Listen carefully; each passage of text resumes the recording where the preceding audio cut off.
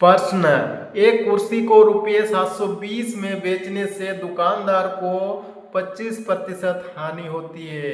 वो इस कुर्सी को कितने रुपये में बेचे कि उसे इस पर 25% लाभ हो।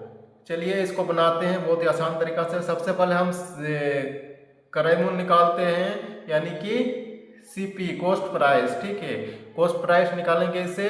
यहाँ दिया हुआ है 25% हानि। 25% माने 100 में 25 रुपये हानि हुआ है, यानी कि 100 रुपये की वस्तु को 75 रुपया में बेचता है। 75 हानि मैंने वही ना 75 में बेचता है, यानी कि 100 रुपया की वस्तु को 75 में बेचता है। 100 रुपया क्रय मूल्य, विक्रय मूल्य 75। तो यहाँ पर 100 बट्टा 75 होगा।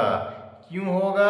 क्योंकि वो 25% हानि हुआ, 100 रुपया क्रय मूल्य है तो विक्रय मूल्य 75 रुपया, यही ना। 25% हमें यही मिलेगा। 100 रुपया का वस्तु को 75 रुपया में बेचता है। ये हमको क्रय मूल्य निकालना था, इसीलिए हम क्रय मूल्य को ऊपर लिखेंगे। 100 क्रय मूल्य है ना, उसको ऊपर लिखेंगे। अब कितना का? 720 का। 720 से गुना कर देने से ये क्रय मूल्य निकल जाएगा। ठीक है, इसको नहीं काटते हैं, आगे और बनाना है। बोलता है कि इसे 25% लाभ कमाना है तो कितना में बेचेंगे।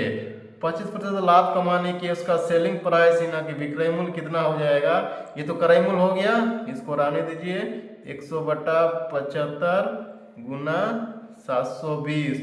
उसमें फिर उसको चाहिए 25% लाभ, यानी कि 100 में 125 रुपया चाहिए, यानी कि 100 रुपया का वस्तु को 125 रुपया में बेचेगा। यहाँ क्या निकालना है? विक्रय मूल्य। तो यहाँ पर 125 रुपया विक्रय मूल्य हो रहा है, ऊपर हो जाएगा।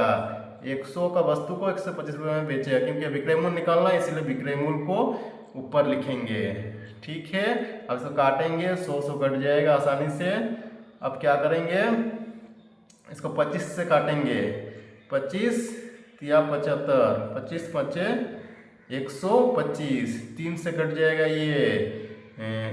3 दूनी 6, 3 चौके 12, 0, यानी कि क्या हो जाएगा?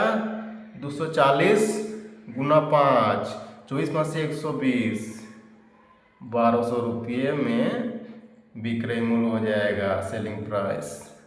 Thank you.